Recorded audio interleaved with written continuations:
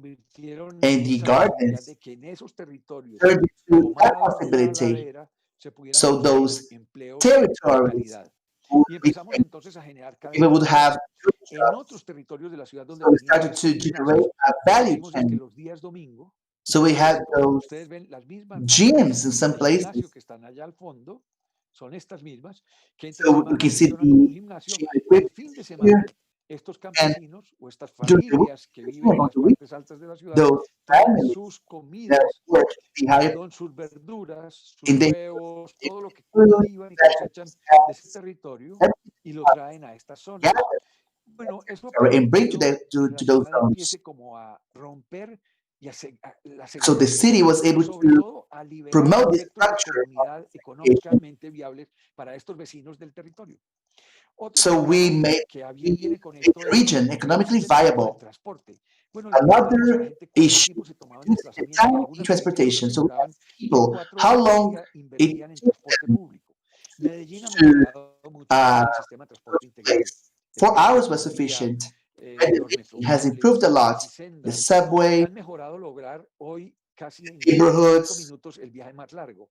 Pero en 45 días So se the convertía long cuando uno sumaba trip las 4 horas de la was gente que 25 invertía en minutes, transporte público. Así que 25 empezamos a minutes. hacer una estrategia con el transporte del metrocable y fue pensar en ayudarle And a we los started ciudadanos to a ser más understand that. productivos. Con esto empezamos a descubrir que And we el saw sistema instance that they viario had to estaba set sobredimensionado para territorios donde había mucho más gente de a pie. Empezamos a entender entonces que deberíamos acortar las vías y so aumentar we el focused espacio on público en los territories barrios populares. that people Los walk more. So vecinos que we iban a trabajar desafortunadamente tenían que caminar por las calles. Lo que hicimos fue mejorar el espacio they had to público walk on the para hacer de streets. estas familias y de estas personas familias más felices, que pudieran convivir con mayor To tranquilidad, make their que lives pudiesen better, hacer sus to asuntos make them de una live in manera a mucho más more segura y más tranquila. better way, in a En los calmer way, lugares populares donde to do their encontramos tasks territorios in an degradados, easier way. empezamos a generar And in planificación many places estratégica in which y en we esos found territorios generamos lands plazas, with, parques, no with solamente para problems, aumentar la so in calidad those spaces y we el número built de metros squares, cuadrados, el espacio parks. y el entorno de los vecinos, sino que construimos estos edificios que ustedes están viendo allá, que se llaman So we CDCs, had built Centros de Desarrollo buildings, as you can Integracional. see, En esos lugares, las in familias the tienen la posibilidad sectors de ir a to coparticipar places y who were a able mejorar su to competitividad. Quiere participate decir que se pueden ir a and capacitar. improve Y en esa capacitación their reciben una ayuda económica para so fortalecer las pymes, pequeñas y yeah, medianas empresas. economic Y de esa manera to fortalecíamos también el empleo. Con esto lo que small estoy diciendo es que el urbanismo no es to solamente the per country se un hecho estético, uh, ni de la stronger. arquitectura. Lo es, por supuesto, desde la materialidad. Even Lo más architecture, importante es todo lo que llena de vida estos the most proyectos, important que aspect puede is generar that y enriquecer la calidad de understand vida, how como ya life vimos, de can los be papás, de promoted los in those padres, projects pero and bring también de los life. niños, que cuando In vayan a doing ir a la that, escuela, ese evento de ir a la and escuela when sea divertido, school, sea entretenido cruzar la ciudad. Y por supuesto entender que para todos los chicos debería haber esa nueva oportunidad de la mejora de vivienda y también de la construcción de los entornos seguros para los niños. Muchos jóvenes que estaban en nuestras esquinas hoy You need to think están about participando de los parques places for biblioteca. Eso es children. Most of precisamente lo que them nosotros who are construimos in this o en lo que neighborhood realmente creemos que es una are política pública. now No solamente la working in the construcción de squares. Now we arquitectura built que this, contiene, sino and de la we believed arquitectura que that hace the al public ciudadano policies como el help evento and más must help importante de todo the el tema. population to La ciudad use ha these mejorado el areas. It's really turismo y ese important. turismo hoy disfruta de The llegar a una ciudad city que fue got help violenta, pero in que hoy es una muestra the que tourism pasan areas, cosas dentro and de sus now territorios tourists que se han ido transformando can precisamente por la calidad de vida de los use ciudadanos. Creemos que cambiar el enjoy the ambiente es cambiar la city mente de los without niños. fear, En otros so have territorios more hemos quality tenido of esta misma life. información. Nos ha pasado en Nicaragua. In other areas, Muchos we have problemas sociales después de su transformación brought violenta. many information. Empezamos a encontrar en Like algunos lugares what happened este in tipo Caracas, for de example. asentamientos que vivían en torno a las And zonas de we basural. got Hicimos we talleres de found trabajo those con kind ellos, of utilizando la misma issues metodología de related to diagnóstico people living participativo. near Ellos nos the contaban garbage. cómo querían que And fuese then su we escuela, applied the same cómo methodology, querían que fueran sus and we casas, asked que them, fuesen sus how territorios would de you vida. like Nuevamente comenzamos the desde el barrio. school? Y bueno, How would you lo que like your pudimos school hacer to en este be and proyecto your house fue as muy well? puntual, pero And then we could funcionó. create with this No project. teníamos capacidad económica de resolver muchos de los elementos que nos daban. We Habían aproximado el didn't have tiempo any de taxisendas economical para ir a la conditions to escuela do y poder this, llegar limpios al colegio. but Fue una gran herramienta we could approach this topic and trying to improve the quality of life of those young people. And the same thing happened in Argentina, in a small city, Rio Cuatro. We took urbanists to those places. Those are the cities with 3,000 residents. We arrived to places with 180,000 residents. So we understood that this model really worked to structure small projects. This city has this river that crosses the city. You can see from the pub where you can see the big cycle. This river called Rio Cuarto. It seems that it doesn't cross the city, but it does. So we decided to create a project. So the population from these three regions have around 180,000 people. Actually, for this project, we had the double of the size of these people, and then we asked them, what was your dream for this project? And there's this river that limits the access to the people, and it has a historical perspective. So to define in a way and make all the population meet all these areas and create an agreement to the neighbors to define a strategy to create and implement projects.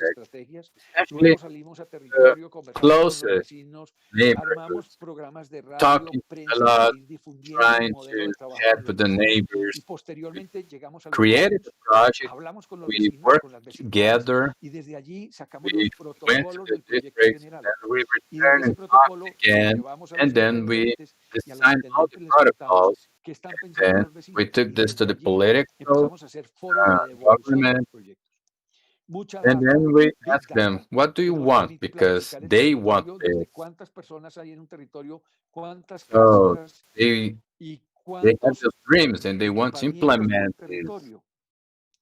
So we want to know the size of this project and the percentage of information that we had was some indicators that could help us to use this river to supply quality to the area.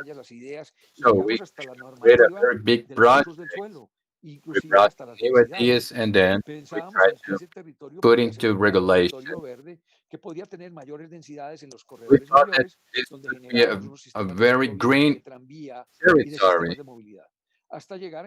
where we generate a very great project actually and try to find an opportunity that could create smaller projects in those neighborhoods. And little by little, we discovered that till 2050, we may double the student population.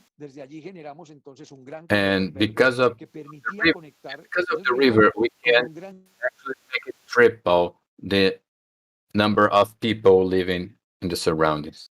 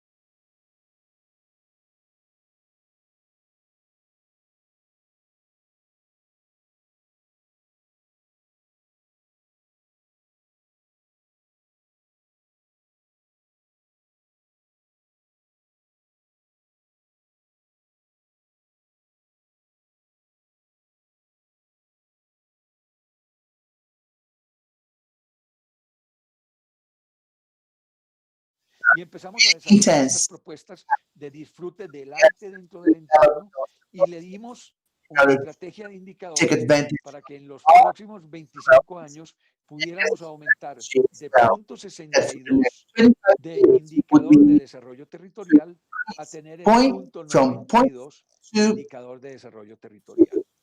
Entonces, la planificación de indicadores ayuda para esa visión de mejoramiento del territorio. Y sacábamos unas pequeñas recomendaciones, unas mesas de trabajo participadas, que mantuviera la participación ciudadana viva, que pudieran implementar la normativa y el manual de espacio público, que se hicieran actualizaciones cadastrales, modelos de financiación, sistematizaciones de BIM, de GIS. Esto para los municipios pequeños es importante para poder revisar hacia el futuro cómo vienen sus transformaciones y que generaran concursos públicos para cualificar las obras.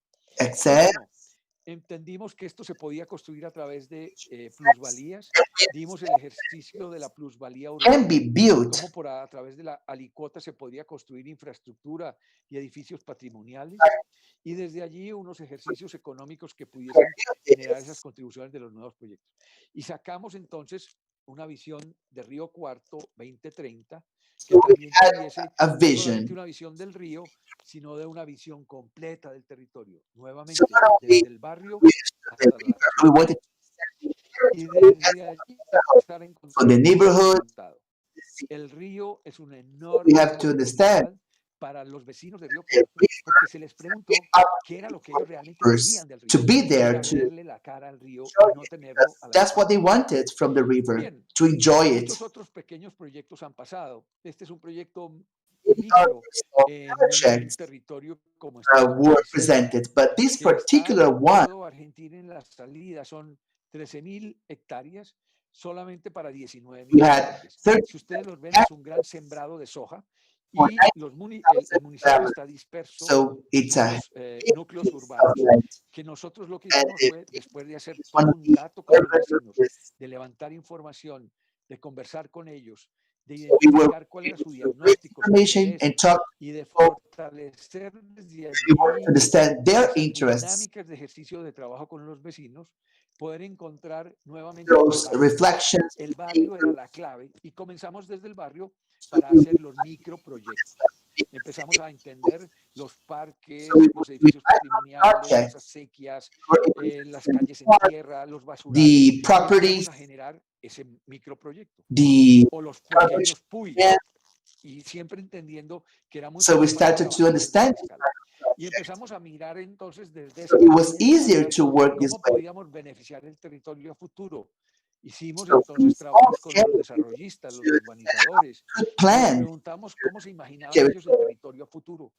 Y empezamos a trabajar con ellos con la idea de que How do you imagine the future of y hacer un territorio que ya no era la siembra de soja, sino un territorio para una nueva ciudad, podría involucrar una nueva mirada de territorio. so we want to Armamos project a estrategias y place empezamos a encontrar las líneas de agua que habían en los vestigios de la tierra, que habían to sido find derramados completamente. with some red Entonces empezamos a recuperar esos tejidos y a generar una nueva trama verde que tejiera la zona que hoy we could have a new greenery. armamos un plan maestro con toda su mirada, le sumamos la estructura viaria que respetaba el fraccionamiento de los So sembrados de soja. we can understand Armamos this un plan de deeply. usos y ese plan de usos le dimos unas distintas esquemas para hacer eficiente la ciudad. Y We have descubrimos different strategies que podíamos ser mucho más eficientes teniendo edificios en more altura. efficient. 4 pisos máximos nos permiten Having tener el 70% del suelo verde de la ciudad y así poder llegar a la recuperación could de have las 4 buildings. So we could recover Voy a those. parar por allí para no Okay. molestarlos mucho más con esto y más bien poder Now tener una creo que ahí estamos. Aquí estoy. Lo que quería tratar de compartir con ustedes era entender que la escala de las ciudades no importa su tamaño ni sus características poblacionales. Estas ciudades que han convocado a sus habitantes a participar en ese proceso those de cities planificación aseguran a futuro un ciudadano gestor de su propio desarrollo. Es un ciudadano más comprometido, más educado, So the citizen may be the responsible for this development, so that can be attached in it and together in its culture and living with harmony. The evolution of the population, solidarity, the citizenship is called to show their desires with the values of the dreams and honor of their decisions. We know that we have three topics that we need to invest. One is the political volunteer willing. So these rules are for everyone, for all plans, all programs and projects. And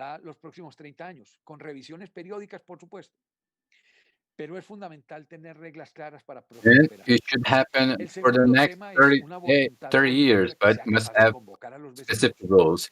The second one is a willing political willing that allows the neighbors to participate, which can improve this on politics. And the third one is to understand that we need to plan, not just plan the city, but to plan the territory in its totality. It's fundamental to have the idea that we have small cities, but we have to open our eyes and understand that the cities are not supportive in this way. We need to make people get closer to those ideas. And we need to be compact in this perspective. To do this, we need to visit this district. That's where we find the opportunity. We have to anticipate the mix of those areas. They don't have to be huge. It's important to understand that the 15-minute cities should work for the Latin American cities. It always works because we are very used to buying products in the stores next to our house. They have a lot of profits, and we need to see those commercial centers that help and we have to empower this idea. And we need to have to decrease the climate change, creating all the green corridors by planting trees in front of your house and also reducing the tax payment. And the last one, better citizen, become better citizen. Very nice. I'm very happy to hear you. It's like music to my ears. I have lots of questions. Una cuestión muy importante que tenemos aquí en el Brasil es igual la cuestión de cambio de las alcaldías, de los alcaldes, y no tener un plan a largo plazo. Eso en mayors tenemos Edu, en Curitiba tenemos IPUC, pero en la mayoría de las ciudades no tenemos. ¿Cómo es posible in most of tener the eso, cities, we don't have these kind of changes in the mandates of the mayor. So how have to, is there something that we can do about this with the universities, with the population? And to do something that is really institutional. Sure. It's possible. There are examples for that. And I did that on my example that I showed that in Argentina. We did that in Central America. We did that on the downtown areas. So there are many districts, and they can support other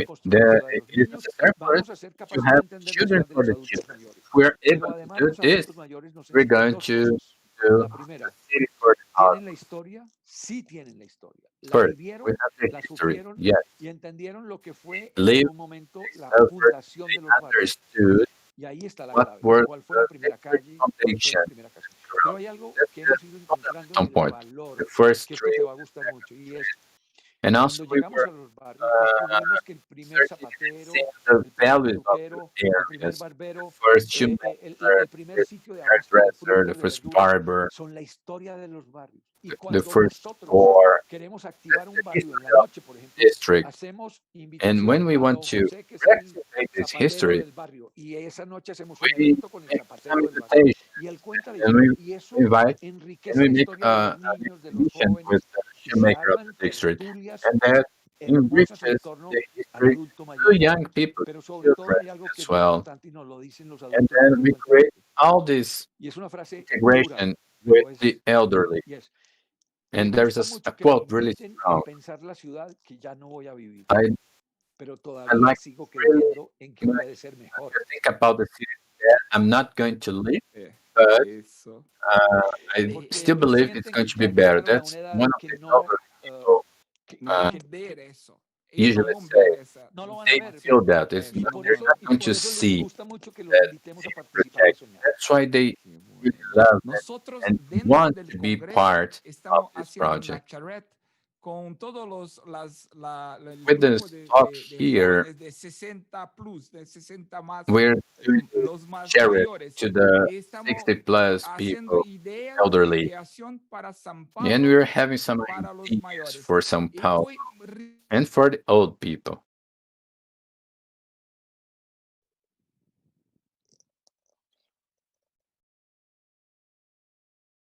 Leandro se me congeló. Riquísimo. El ganador y el perdedor vamos a entregar nuestro plan a ellos y trabajar con los más viejos es una delicia porque we're going to work with the elderly. It's really interesting because they really want to have a lot of energy to work in their to hear this, the importance they have the urban plan, the idealization of this project, of this process. So that's question. Just some minutes. de urbanismo agrario, né, de la importancia del cinturón metropolitano. ¿Cómo ves ahora, después del COVID, la cuestión de la gente querer vivir afuera de la ciudad, now el campo, with the producir COVID-19, comida, vender people wanting to live outside the cities and produce their own food and consume and sell. What do you think? I believe it is something really important. You mentioned now that small cities that is part of the metropolitan area have to review their citizens, the work and the way they want their cities, because the next 30 years be fundamental to the growth of those cities. The pandemic is one of the point effect, but we need to understand that the big cities must be reviewed, and most people are now understand the importance, the value of their square meter. So it's a big reflection. We need to leave our territory, but not be distant. Today, the nearing area is not because of the distance, because it's the internet connection. So it's going to change the way we see the cities. It's a great reflection. What means city for the future? Related to the region, I believe that the region is going to be the great protector of the city and the great constructor of the biodiversity and the air purification for the future. And without any questions, the way people will going to feel themselves in the next 50 days, 50 years, I beg your pardon. I'm not saying that this is the first thing to be done. But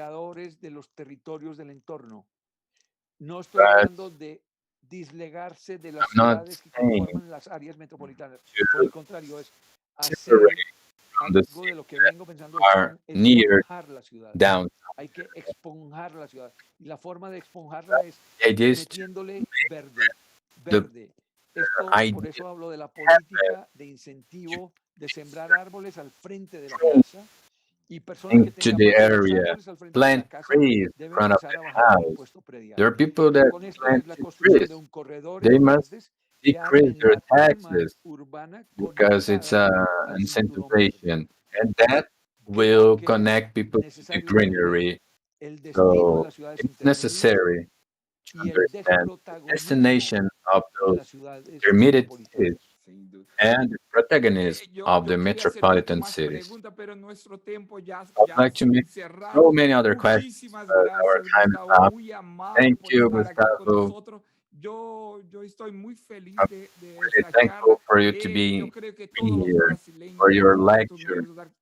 I believe all Brazilian architects and new architects are really happy about your ideas, and we want to continue with this work. We would like to talk with you more in the future.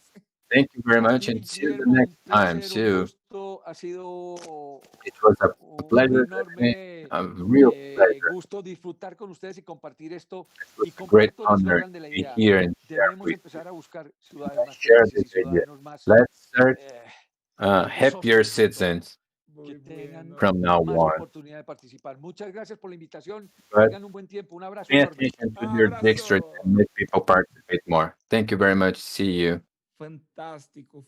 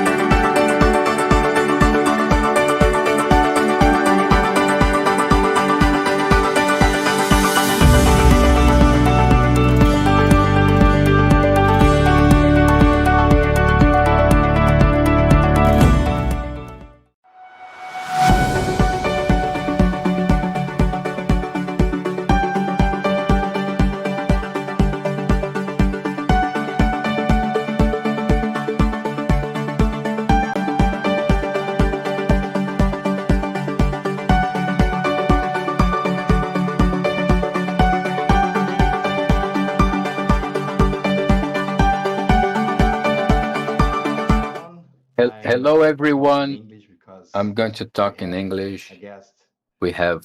from the USA. Nós temos Olá, pessoal. Nós temos uma convidada internacional, This is our Meg last Walker. session of this amazing day, and Meg Walker is going to present PPS and the mission of this so interesting organization. I would like to stress that there are several forms to help people to get to their place, and we are so amazed when independently of which kind of way, they are always being presented with a huge creativity. Hello, everybody. My name is Meg Walker. I'm a senior placemaker at Project for Public Spaces and in New York City. And I'm also an architect and a planner. I'm delighted to be with you here today at the Architecture of Happiness Conference. I would be much happier if I were in Brazil, but what can you do? At least we're thinking about happiness at a time when it is sorely needed. I'm going to share my screen with you. I hope you can see it. I'm talking today about placemaking with equity in mind. It's hard to make happy places if we don't strive to include everyone. We think at Project for Public Spaces that the placemaking process gives us an opportunity to create more equitable, just, and inclusive public spaces. And I say this with a great deal of humility because as an architect and planner for many years, I didn't think about equity. But in the last few years, it's become almost impossible to ignore how unequal our societies are. And particularly this year of COVID, when the communities of color and our underserved communities are impacted more than anyone. So,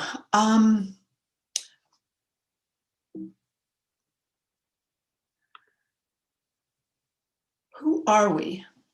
Project for Public Spaces is a planning and design organization that helps people strengthen their communities through public space. We believe that public spaces are pivotal in addressing a lot of the challenges in our societies: health disparities, mobility, building stronger social ties, and even creating more democratic governments. Public spaces are really the glue, the connective tissue that holds our cities together. What we do, we call placemaking. And yes, it is a combination of make and place, but what does that mean? Making is really about creating, constructing, building, of course, but what is a place? What is the significance of place? It's different from a space. We think of it as space plus meaning. We're bringing human meaning to a space. Yi-Fu Tuan, who was a humanist geographer, wrote a book called Space and Place in 1977, and he distinguished between space and place. He said, space is a realm without meaning as a fact of life, producing the basic coordinates of human life. When humans invest meaning in a portion of space and then become attached to it in some way, it becomes place. So place is often some place where you have experiences that give you a sense of belonging, give you a sense of attachment, whether it's with people you're really familiar with your family, with your friends, or people you don't know, people from different countries and cultures, such as in this town square in Arendal, Norway, where people from refugees from Syria and Norwegians come together to play music.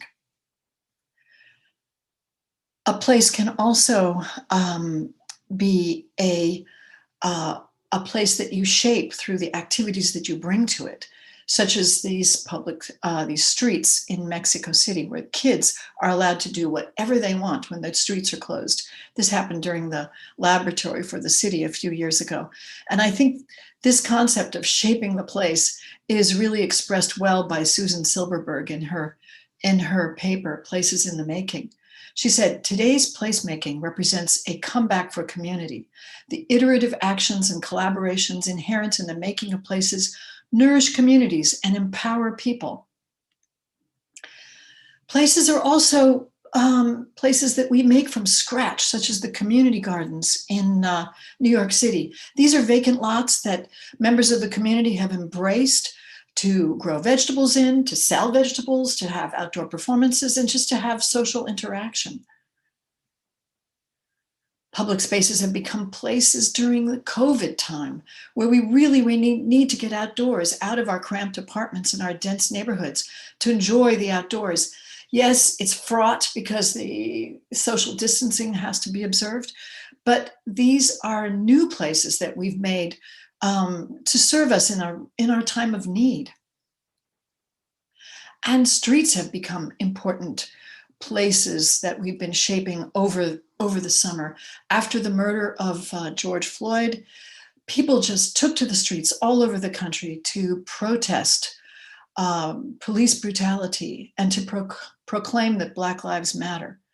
Exercising our First Amendment rights is a very important activity for public spaces. But public spaces are not just places where we march, where we demonstrate, where we have events and festivities. They are everyday places where we enjoy having an ice cream with our family, or not having an ice cream, as the case may be, or where we interact with our neighbor's dog. Oh, I just can't wait until next summer, when I hope we can all be together in public spaces again in this kind of social interaction. So ultimately, to Project for Public Spaces, placemaking is a collaborative visioning process that results in public spaces that serve their communities better through programming, design, and stewardship. And the important thing to remember, I think, at least in the way we approach it, is it really is about engaging the community. In fact, if we can, we want to really give the control, the agency, the autonomy to the community to create its own public spaces. We have worked all over the world since 1975 in 3,000 communities, both transforming public spaces, providing training and conferences, and also doing research. And much of our research has resulted in tools that then we use in our projects, or that we train people to use, such as this place diagram, which illustrates what we think are the 4 key ingredients of a public space. And these are not necessarily the recipe, because we think that it's up to the community to put them together in the way they think works for them. They are uses and activities, the various things that you do in a public space, because if there's not something to do, you're not going to go there. So it really has to serve a variety of needs for a variety of people. Really need to think about what people of different ages want to do there, different incomes, different races, so that it serves everybody's needs. Comfort and image is, yes, it's about making a place comfortable so people want to linger there longer, but it's also about making people feel welcome and invited to a place, designing it in a way that it is open to everybody, that it's serving the underserved population, and it is providing an identity that they can identify with. Access and linkage is both a physical and a psychological idea. From a physical point of view, you want people to be able to enjoy the public spaces, using a lot of different types of mobility and accessibility. You want them to reach them by using their, by walking, by biking, by taking transit, and even by wheelchair. But you also psychologically want to make it accessible for people who are typically not invited to the public spaces, or feel like they're not invited, or they feel like they may not be safe in a public space, whether it's through fear of encounters with the police, or just fear of racism and ostracism. And finally, sociability. It's really a key part of a public space, is that coming together of community, whether they're communities that recognize each other and are alike or are different from each other, or it's individuals who get to know each other in a public space. So the building of social capital and social ties is really critical. We put these together, these ingredients, or we help a community put these ingredients together through a process that we see as very engaged and based on the community's needs. And it's a circular process, not a linear process. We start by, of course, figuring out who we're going to engage and how we're engaging them, making sure that we're reaching out to a wide audience. We work with them to define the place, the size, location, what is the place that's really going to help transform their community, identifying the stakeholders who are going to benefit from it or who are going to indeed regulate it. They need to be at the table.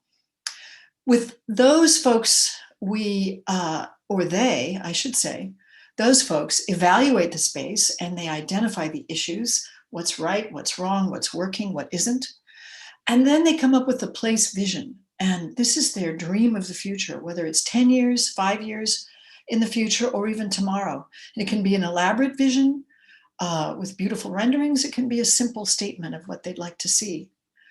We recommend that they try short-term experiments to try out some of the ideas before moving to long-term improvements, which are often more capital intensive.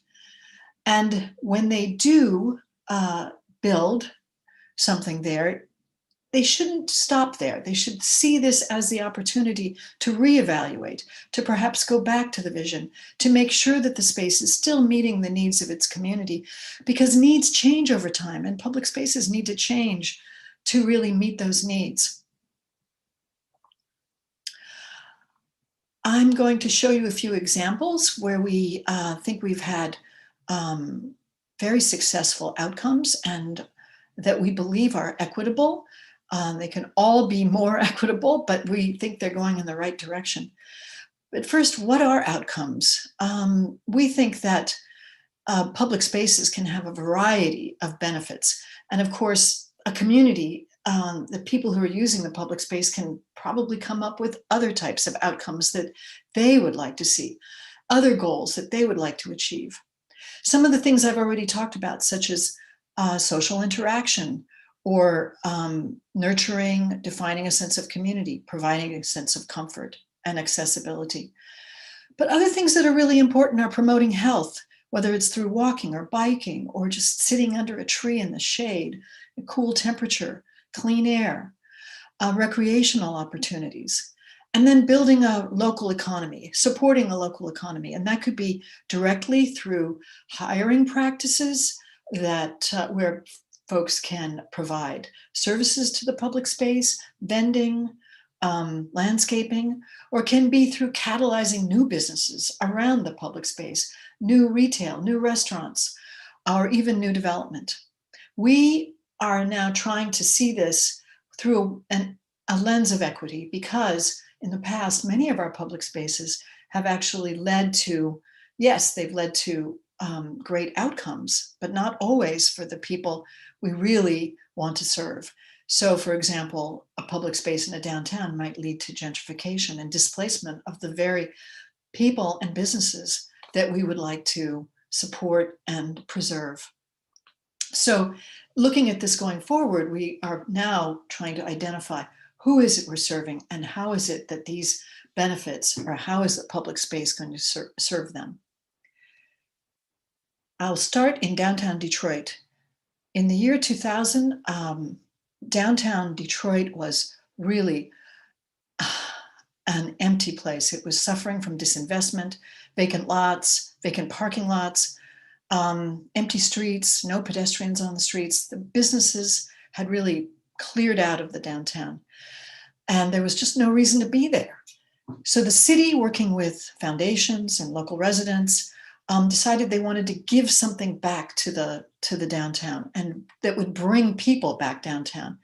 We worked with them to create Campus Martius Park in the very intersection that you see in that top picture. We helped create this new park, which became really a major attraction, but particularly for large events and outdoor performances and skating and holiday markets. And it was seen as being very successful, and it did catalyze new development around it. But with the Great Recession, Detroit unfortunately went through another downturn, and businesses left again. And in rethinking what was going on downtown, the city and local, the public space managers decided they weren't really attracting the people from Detroit. There were office workers who were using the park after work, but then they were clearing out and driving back to the suburbs. There was very little residential in the downtown, but most of all, the people from Detroit neighborhoods were not coming downtown. Detroit is 80% African American, and those folks just didn't feel like there was anything there for them. So in the next round of placemaking, we targeted the residents of Detroit, and we did a lot of outreach to the various residential neighborhoods, inviting a lot of people to get involved in the placemaking process so we could bring downtown to another level. So whether it was through workshops, walking tours, placemaking huts at the holiday market, we engaged over 2,000 people in thinking about what downtown could be for them. This was actually really a powerful process, and it resulted in, I think, activities and uses we never would have thought of. For example, bringing a beach downtown where families would enjoy bringing their kids, and downtown office workers could have a beer after work, or basketball courts where local kids could compete with workers in the downtown after work. Other types of games that would attract kids from all over the city. So this has become a really, I think for us, an important example of how the right kind of process can lead to the right ideas that will actually serve a diverse audience and be an equitable space. Also in Michigan, I want to talk about the Flint Farmers Market, which is a different kind of public space, a different kind of public space that serves the needs of people and provides kind of health benefits through other means. So Flint is a city that is also post-industrial. It's lost a lot of its industry and businesses, high unemployment, high poverty rate. It's been losing population, and large African-American population living in the downtown. And these neighborhoods are really food deserts. They don't have the kinds of grocery stores and affordable groceries that will serve these neighborhoods. Flint did have a farmer's market up until 2014, but it wasn't located in a place that people from the downtown could reach. They couldn't walk there or take transit there, and it was very small, and it didn't provide the range of groceries that people were looking for. So PPS worked with the city and with the farmers market organization and local residents to come up with the idea of moving the farmers market to a much larger building and much more visible and accessible. So it doubled in size and was moved next to the regional bus station. And there it can meet year-round needs for fresh produce and groceries.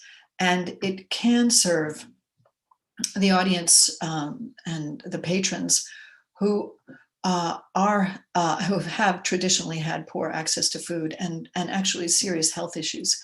So health has become one of the focal points of this farmers market. it's more than just a market. It's also a kind of a community center and a place where people can come for a variety of health needs. For example, there's a children's health clinic upstairs, which actually writes prescriptions to parents that they can fill at the farmer's market downstairs with fresh produce. It's also become a place where families come together for all kinds of events. There's an incubator for small food businesses. And it's become a gathering space and kind of a multi-use space for the community. It's been a big success. They've seen a 300% increase in foot traffic.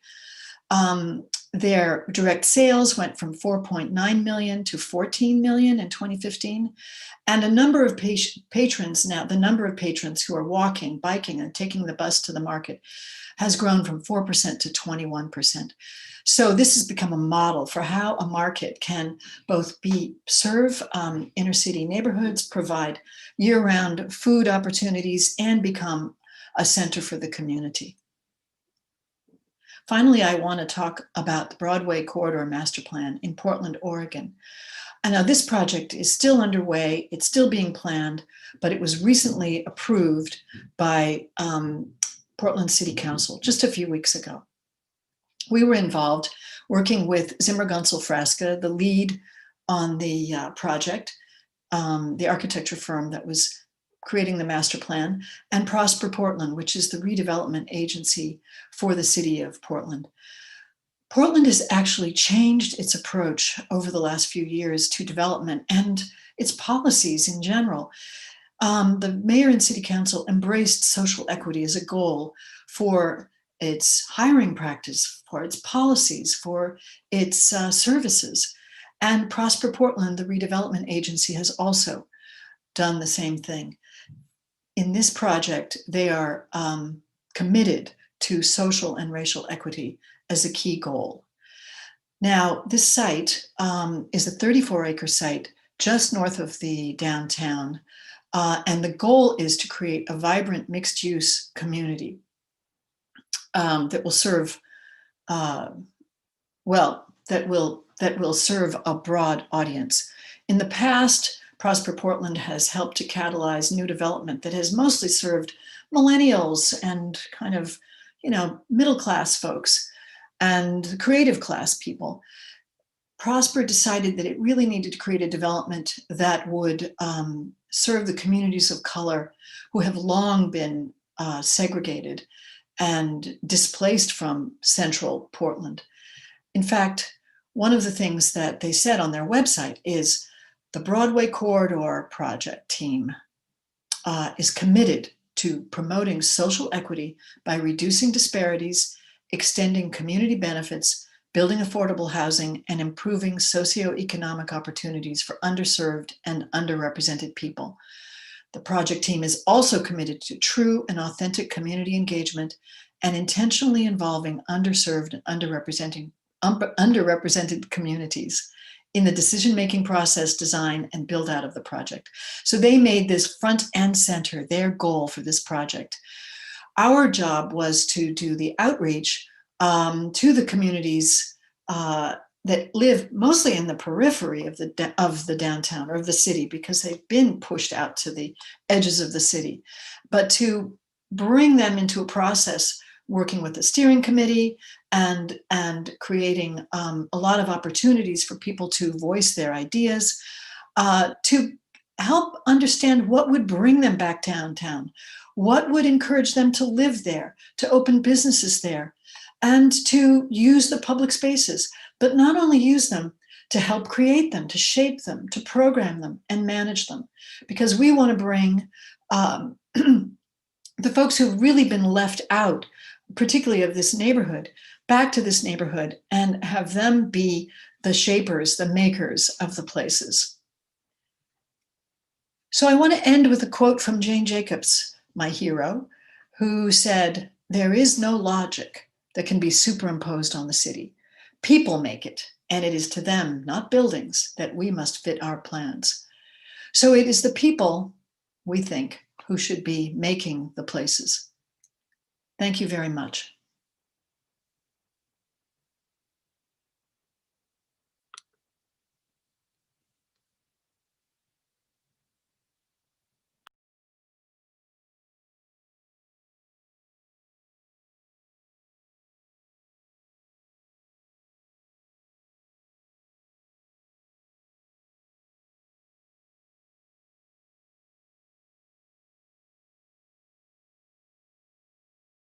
Thank you, Meg. Well, this is so so rich and so many stories that inspire us about how easy could be sometimes to change the connection between people and the town. But there is a need of a big structure. And I am actually curious about an issue. I would like Meg help us here. Well, you have a big structure to support and help people in order to carry on these ideas and these projects. And I would like, please, you help us illustrating and informing how are you structured, and also if there is and other institutions, organizations like yours in other countries that you know, or have you ever experienced helping people in other parts of the planet to start something like that? Let's say if someone in Brazil would like to do the same as you do, what are the steps? So does it make sense what I am trying to ask you? Please, Meg. Yeah, so thank you, Martin. It's such a pleasure to be here. I guess I'll start with how do you create an organization like this? Are there others like us? So PPS, Project for Public Spaces, has been around for 45 years now, and it has evolved over time, and it's evolving as we speak, actually, into being more of a capacity builder and less of a designer, designing and planning organization. So we really want to work with communities so that they can do the work themselves. And that's kind of the direction we're going in.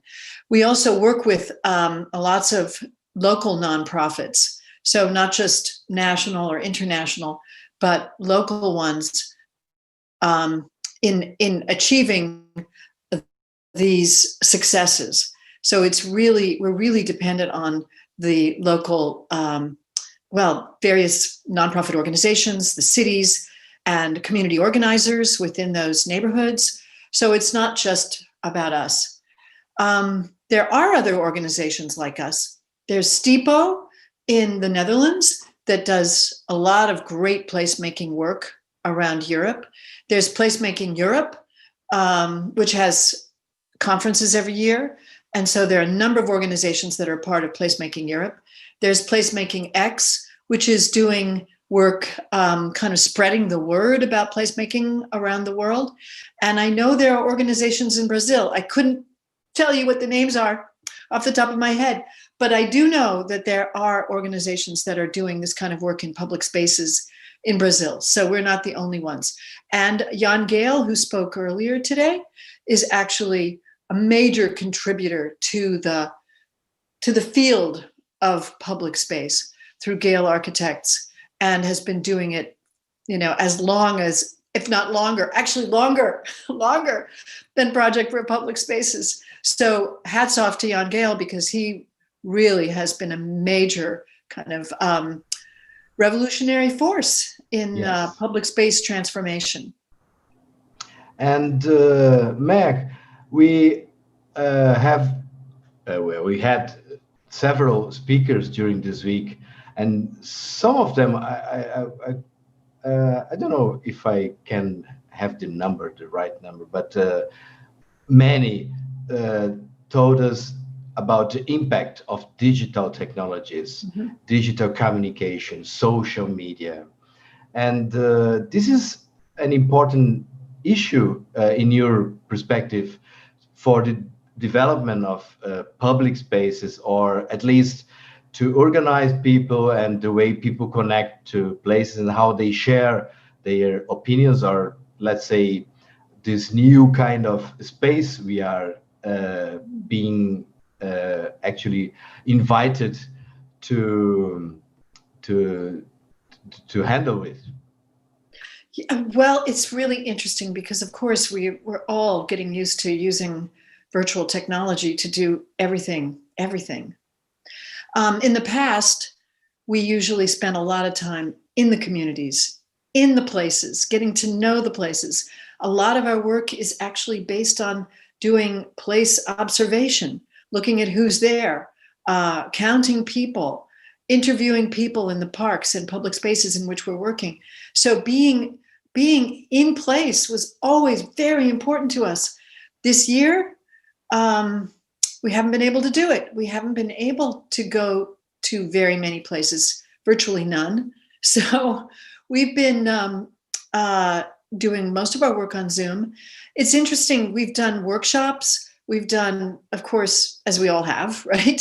We've done community workshops. We've done breakout rooms. We've done even in communities where they don't always have the resources. They don't always have the technology. So that is one of the drawbacks is, yes, we can work in all kinds of neighborhoods using virtual Zoom and gathering our information from Google Earth and anybody who happens to, without actually being there. But it loses something. It loses a lot. It loses something in the being there and the observation and the interaction with real people on the ground. And it also loses something in our community engagement, because there are many people who don't have access to the internet. There are many older people who don't even have computers. So we can't always do as extensive community engagement as we'd like to do, as we would do if we were there, because we do a lot of on the ground kind of work, setting up tents, interviewing people, doing impromptu surveys in the public spaces, putting on events. So we miss that, and that is a huge loss. But on the other hand, sometimes you're able to talk to more people via Zoom, as you are discovering with this conference.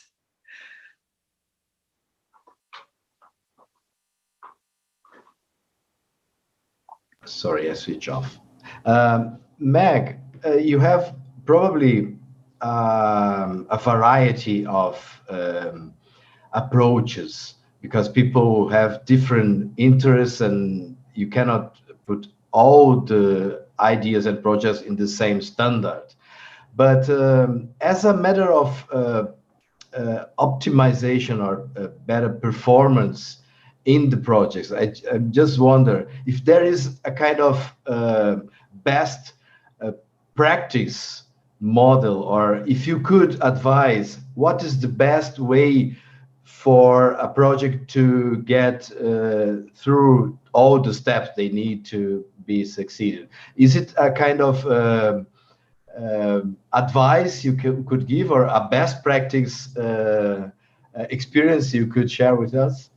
Well, I guess there's every community is different, but we do have a standard process which I shared with you, which begins with engaging the public and evaluating the space and creating a place vision and trying out experiments.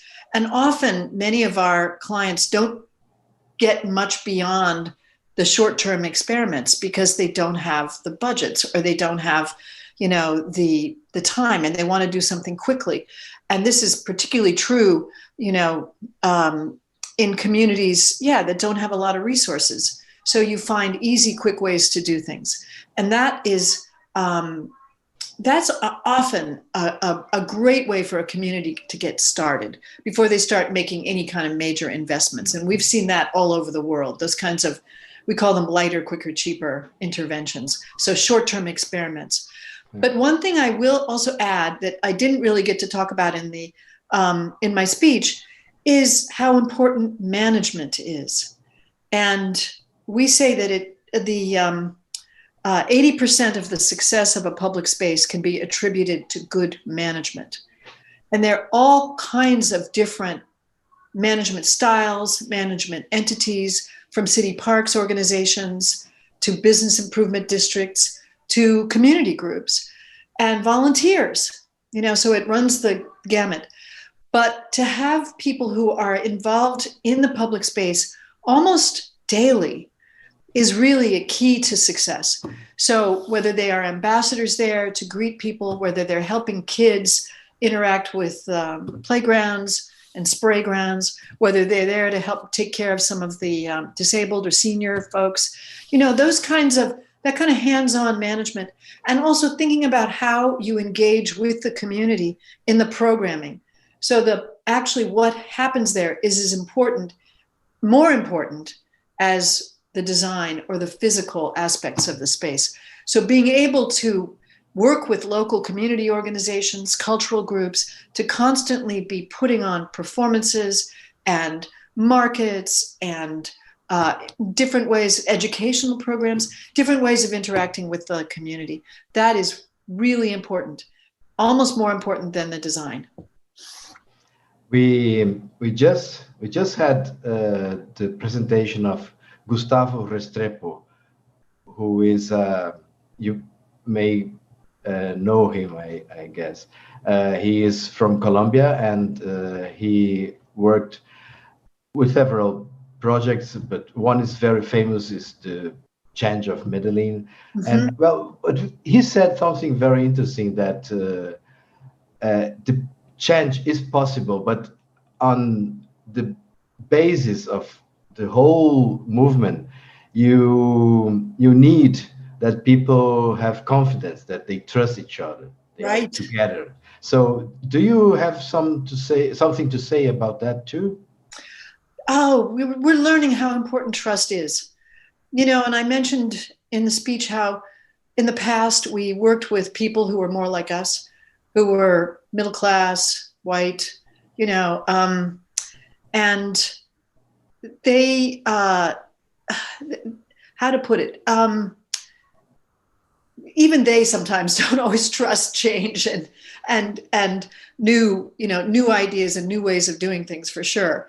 But I have to say that working in African-American neighborhoods and Latinx neighborhoods, you find that they have faced hundreds of years of racism, of segregation, of not receiving the resources that white communities have, of being overlooked, having poor educational systems, poor health systems. So they've really gotten, they've been forgotten, these neighborhoods. So for them to have trust in somebody white who comes in and says, oh, we're going to transform your neighborhood through placemaking, that's tough. Why would they believe me? Why would they trust what I do?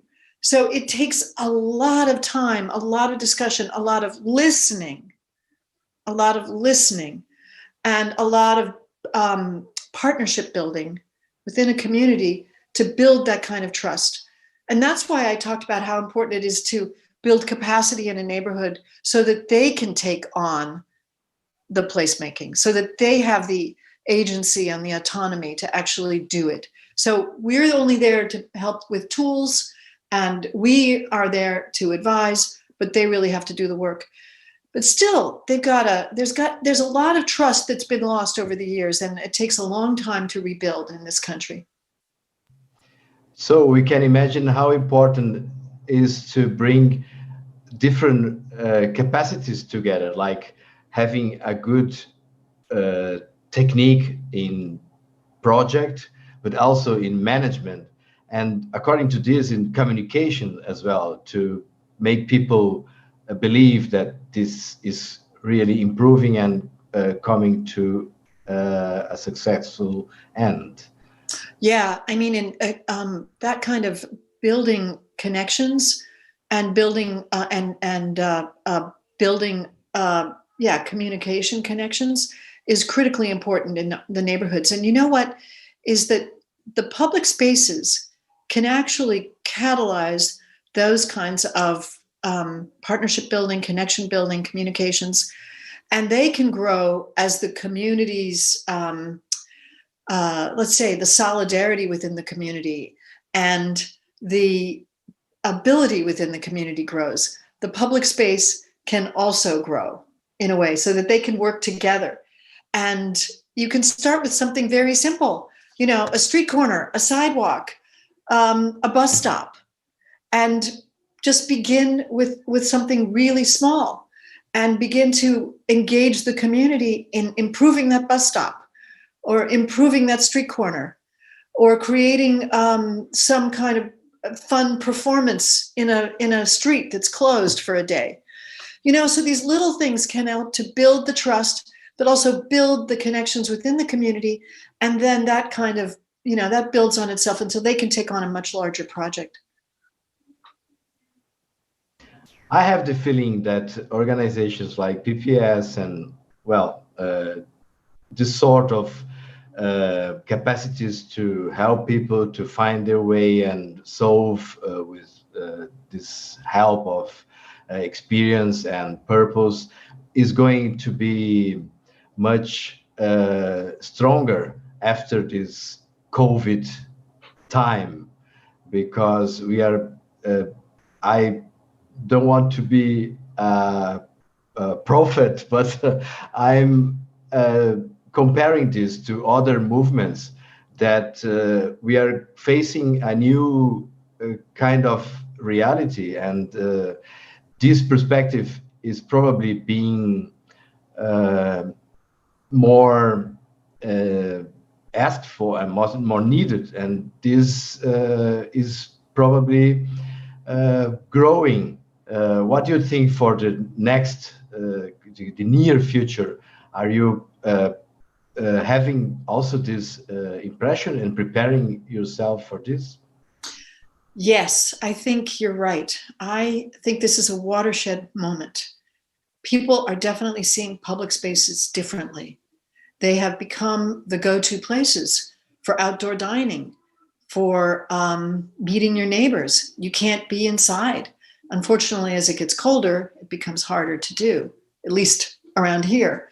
But people have really appreciated the fact that New York City, for example, closed many streets throughout the city so that during the summer, all kinds of activities could take place outdoors, and people could, restaurants could open into the streets, kids could ride their bikes in the streets, friends could meet.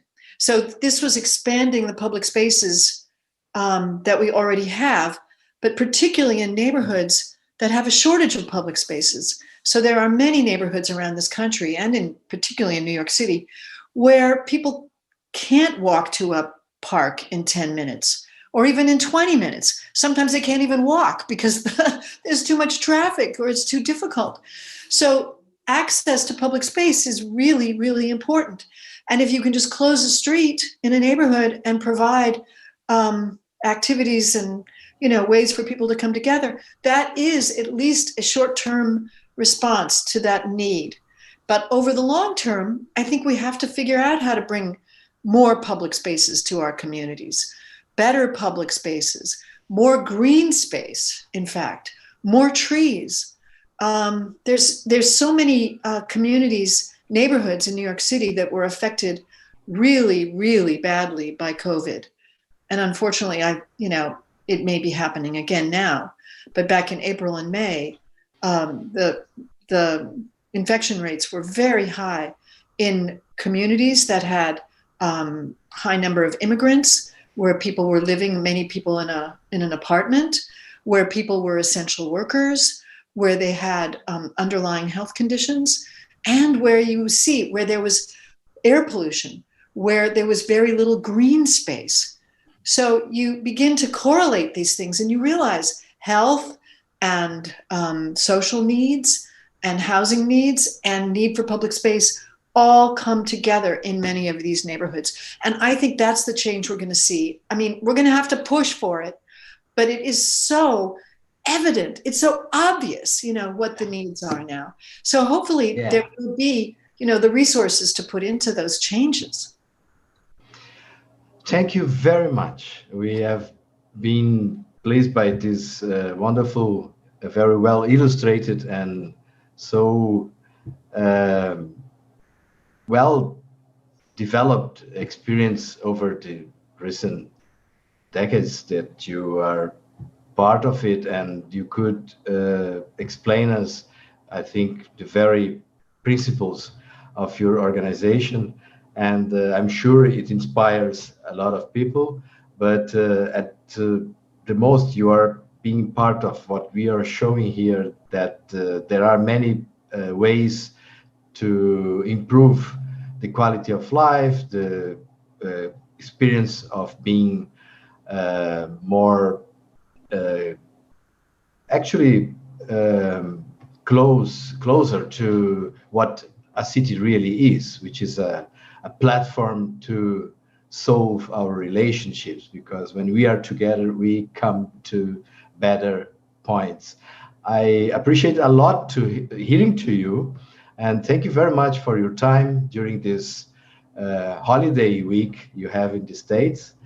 But it helped us to feel to this part of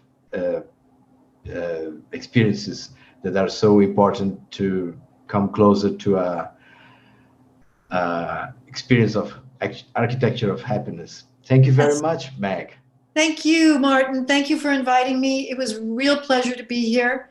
I hope people will contact us at pps.org, and we look forward to hearing from everybody.